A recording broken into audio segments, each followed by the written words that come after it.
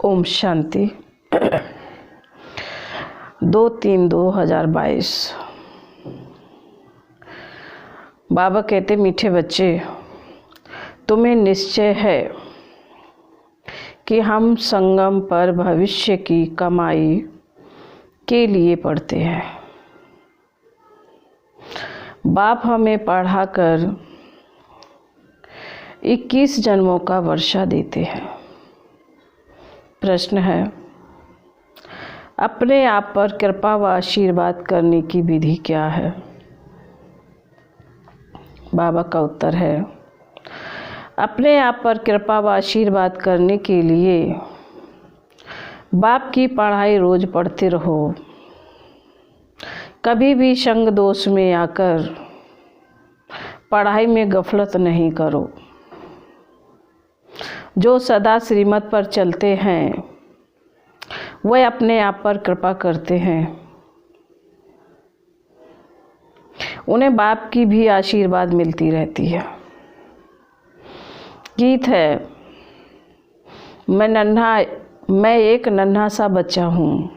ओम शांति। शिव भगवान वाच, जब मनुष्य गीत सुनाते हैं तो हमेशा कहते हैं साकार। कृष्ण भगवान वाच, बाप आकर समझाते हैं कि तुमको अब मैं राजाई प्राप्त करा रहा हूँ। इस राजयोग और ज्ञान द्वारा कृष्ण तो था ही सतयुग का प्रिंस, मुख्य है यह भूल गीता में। तुम बच्चे जानते हो, शिव भगवान हमको पढ़ा रहे हैं इस शरीर द्वारा। शिव जयंती भी गाई जाती है, यूँ भी जन्मदिन मनाया जाता है। आत्मा का तो एक ही नाम चला आता है। बाप कहते हैं, मैं गर्भ से जन्म नहीं लेता हूँ, मैं साधारण शरीर में प्रवेश करता हूँ। आत्मा जब शरीर में प्रवेश करती है तो अंदर चुरपुर करती है। मालूम पड़ता है अंदर आत्मा ने प्रवेश किया है।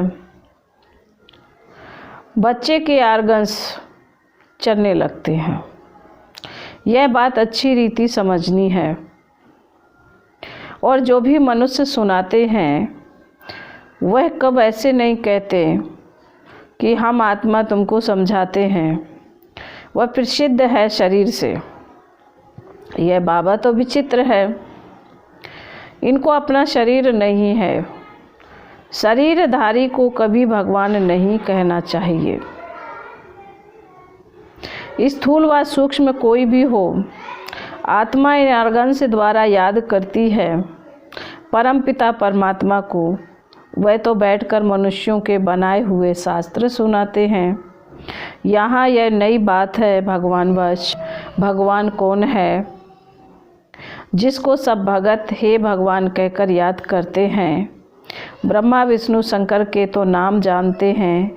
हे ब्रह्मा हे विष्णु कह पुकारते हैं, वह देवताएं हैं। भगवान कहने से निराकार ही याद आते हैं।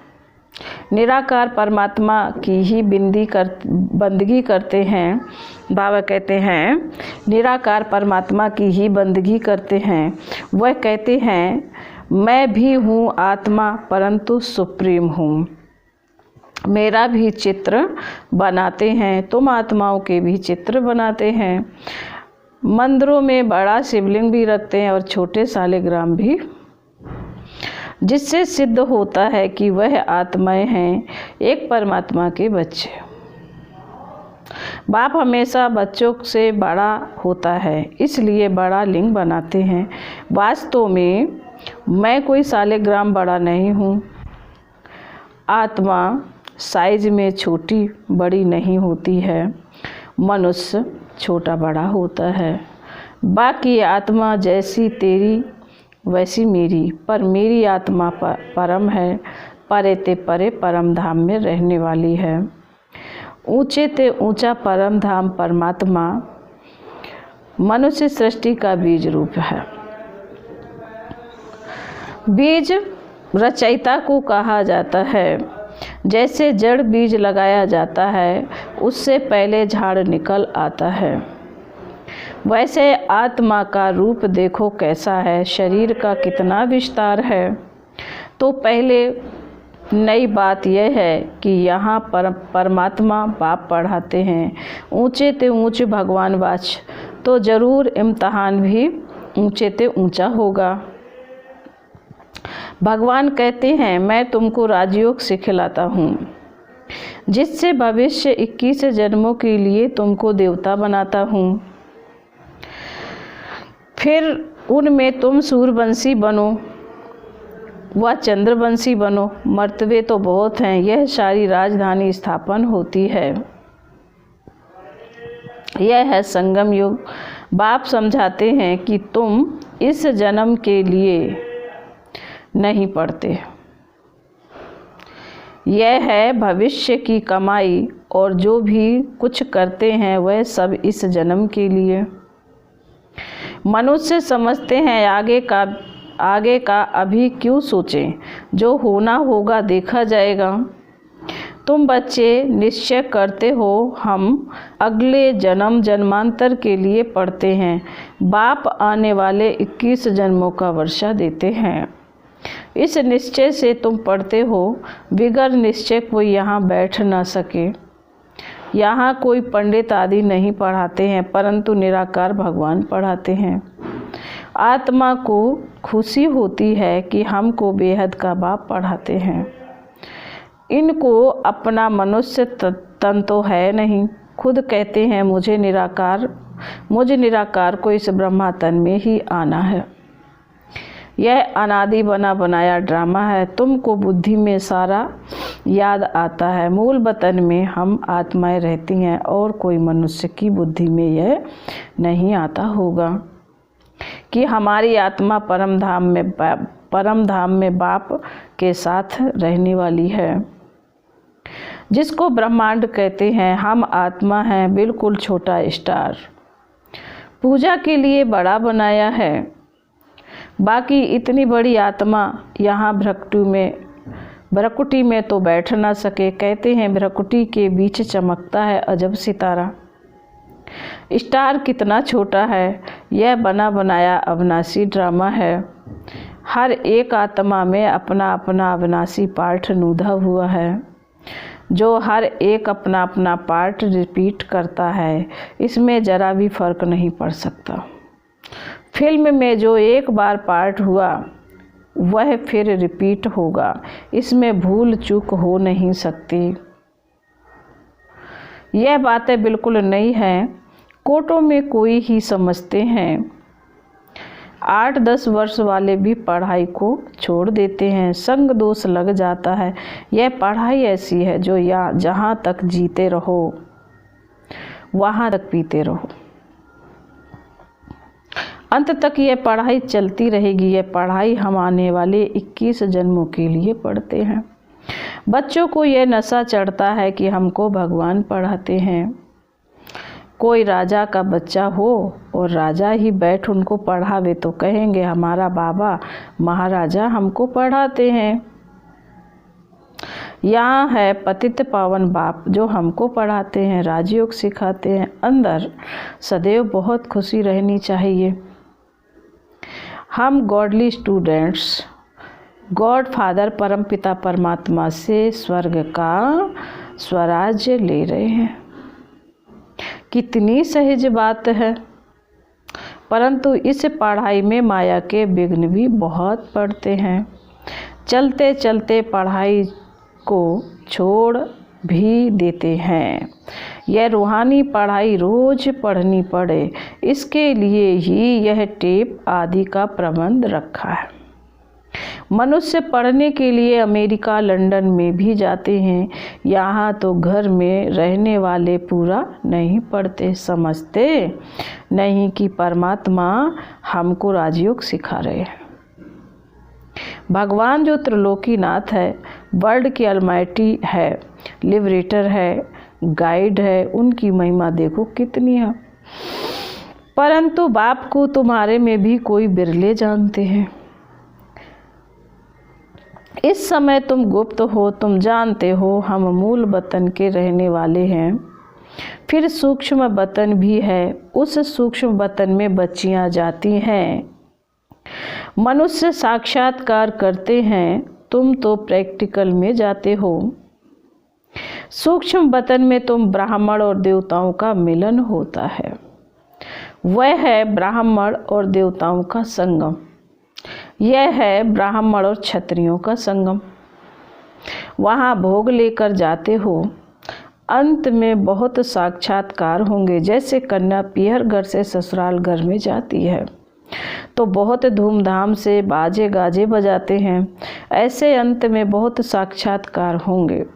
शुरू में तुमने बहुत कुछ देखा है, फिर पिछाड़ी में भी बहुत कुछ देखेंगे। पढ़ते रहेंगे तभी तो देखेंगे। अगर कोई का कर्म बंधन नहीं है तो पढ़ाई पर पूरा ध्यान देना है। कोई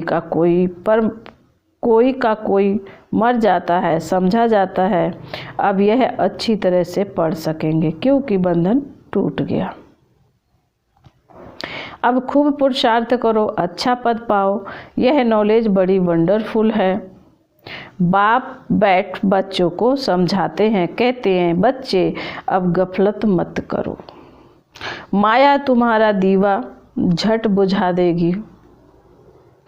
इसलिए बाप को अच्छी तरह याद करना है और पढ़ना है। जब तक यहाँ बैठे हो तो डायरेक्शन सुनने से नशा चढ़ता है, बाहर गए तो नशा गुम हो जाता है। जैसे संग वैसा रंग लग जाता है। बंधन नहीं है तो बैठ पढ़े और पढ़ाएं। चित्र बहुत अच्छे बनाए हुए हैं, बाबा युक्ति रच रहे हैं। गावड़े वाले कैसे सीखें, यह तो स्लाइड से भी सीख सकते हैं। दिन प्रतिदिन इम्प्रूवमेंट होती रहती है। तुम्हारी बुद्धि में सारा दिन स्वदर्शन चक्र फिरते रहना चाहिए। बुद्धि में होगा तब तो किसी को समझाएंगे, नहीं तो टीचर समझ जाते हैं कि इसका पढ़ाई में ध्यान नहीं है। देह अभिमान बहुत है। मित्र संबंधी शरीर का भान और याद रहता है, तभी धारणा नहीं होती। फिर हम कहेंगे तकदीर में नहीं है। कितना माथा मारते हैं तो भी श्रीमत पर नहीं चलते। बच्चे पूछते हैं बाबा क्या होता है? बाबा कहेंगे तुम ठीक पढ़ते नहीं हो। इसमें आशीर्वाद की तो बात ही नहीं। हम पढ़ते हैं, हम पढ़ाते हैं, तुम अपने ऊपर अपने पढ़ने की कृपा करो। श्रीमत पर चलना है, यही कृपा है। नहीं चलते गोया अपने ऊपर अकृपा कर श्रापित करते हैं। बाप से वर्षा ना ले, रावण की मत पर चल अपने को श्रापित करते हैं। बाप तो वर्षा देने आए हैं, आशीर्वाद करते हैं चिरंजीव भव, जीते रहो, अर्थात स्वर्गवासी भव। स्वर्ग को ही अमरपुरी कहा जाता है। अमरनाथ ही ऐसी आशीर्वाद करते हैं। अमरपुरी के देवताएं पवित्र थे ना। हद के संबंधों आदि से मोह का त्याग करना ही है। अब बाबा के पास जाना है। बाबा कहते हैं देह के मोह से तुमको यहाँ की याद पड़ती है, इसलिए देही अभिमानी बनो तो अंत में तुमको मुक्तिधाम तथा सुखधाम की याद पड़ेगी। शांति धाम और सुख धाम, यह है दुख धाम। आदि मध्य अंत नई दुनिया, बीच की दुनिया और पुरानी दुनिया। जब आधा समय पूरा होता है फिर पुरानी दुनिया का नाम शुरू होता है। यह पुरानी दुनिया अब नई हो रही है। फिर से नई कैसे हो रही है वह आकर देखो, समझो। परंतु कोटों में कोई ध्यान देकर समझेंगे। हजारों लाखों आते हैं, उनमें से 2-4 निकलते हैं, फिर भी ढीले हो जाते हैं। एक प्रदर्शनी से 2-4 भी ठहर जाए तो अहो सौभाग्य। दिन प्रतिदिन यह प्रदर्शनी भी वृद्धि को पाएगी। चलते चलते फिर रोज 10,000 भी आएंगे। बड़े बड़े हॉल, बड़े बड़े चित्र भी होंगे, समझाने वाले भी तीखे होंगे। अंत में महिमा तो निकलनी है। कहेंगे, हे प्रभु, आपकी पतित दुनिया को पावन बनाने की गति सबसे न्यारी है। भक्ति की बहुत आदत पड़ी हुई है। देवाला मारा या कोई मर गया तो गुरु लोग कहेंगे, देखा, भक्ति छोड़ दी तब ऐसा हुआ। मायावी विघ्न पड़ते हैं, श्रीमत छोड़नी नहीं है। माया बड़ी मेहरबानी, बाबा कहते माया बड़ी मोहिनी है। कितने फैशनेबल हो गए हैं, समझते हैं हमारे लिए यह स्वर्ग हो गया है। माया का पंप फॉल ऑफ रावण राज्य है। साइंस के कारण माया का भवका बहुत है। समझते हैं गांधी ने स्वर्ग बनाया, तुमको अब स्वर्ग का ज्ञान मिला है, तब समझते हैं यह नरक है। यह राज रुण के पानी मिशल यानी मृग तृष्णा समान है। दुर्योधन का मिसाल है। यह राज्य गया कि गया, कल्प की बात है। कल्प कल्प नई दुनिया होती रहती है और पुरानी दुनिया खत्म होती है। त्रिमूर्ति शिव भी है, ब्रह्मा द्वारा स्थापना कर रहे हैं, शंकर द्वारा विनाश होना है। फिर जो राजयोग सीखते हैं वही राज्य चलाएंगे। दैवी राज्य स्थापन कर उनकी जन्म जन्मांतर पालना करते हैं। यह बुद्धि में धारणा करनी है, फिर सर्विस करनी है। सच्ची गीता के तुम पाठी हो, सुनना सुनाना कांटों को फूल बनाना। तुम आधा कल्प के लिए दुख से छूटते हो। जैसे एतवार के दिन सभी की छुट्टी होती है ना, ऐसे आधा कल्प तुम दुख से, रोने पीटने से छूट जाते हो। फिर बाबा कहते, अच्छा, मीठे मीठे शिकील दे बच्चों प्रति माता पिता बाप दादा का याद प्यार और गुड मॉर्निंग। रूहानी बाप की रूहानी बच्चों को नमस्ते। हम रूहानी बच्चों की रूहानी बाप दादा को याद प्यार, गुड मॉर्निंग और नमस्ते। ओम शांति। धारणा के लिए मुख्य सार में बाबा ने पहले पॉइंट में कहा है, कर्म बंधन से मुक्त हो, रूहानी पढ़ाई रोज पढ़नी है। जहाँ तक जीना है पढ़ाई जरूर पढ़नी है। नंबर 2, हद के संबंधों व देह से मोह का त्याग कर अपने शांति धाम और सुख धाम को याद करना है। संग दोष से अपनी संभाल करनी है। वरदान है, मन बुद्धि संस्कार व सर्व कर्मेंद्रियों को नीति प्रमाण चलाने वाले स्वराज्य अधिकारी भव। स्वराज्य अधिकारी आत्माएं अपने योग की शक्ति द्वारा हर कर्मेंद्रियों को ऑर्डर के अंडर चलाती हैं। ना सिर्फ यह स्थूल कर्मेंद्रियां, लेकिन मन बुद्धि संस्कार भी राज्य अधिकारी के डायरेक्शन अथवा नीति प्रमाण चलते हैं। वे कभी संस्कारों के वश नहीं होते, लेकिन संस्कारों को अपने वश में कर श्रेष्ठ नीति से कार्य में लगाते हैं। श्रेष्ठ संस्कार प्रमाण संबंध संपर्क में आते हैं। स्वराज अधिकारी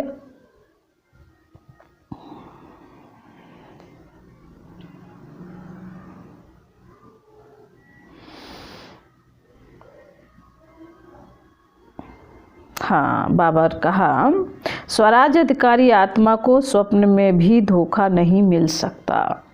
जो स्वराज अधिकारी आत्माएं हैं उनको स्वप्न में भी धोखा मिल नहीं सकता। स्लोगन है, निर्माणता की विशेषता को धारण कर लो तो सफलता मिलती रहेगी। ओम शांति।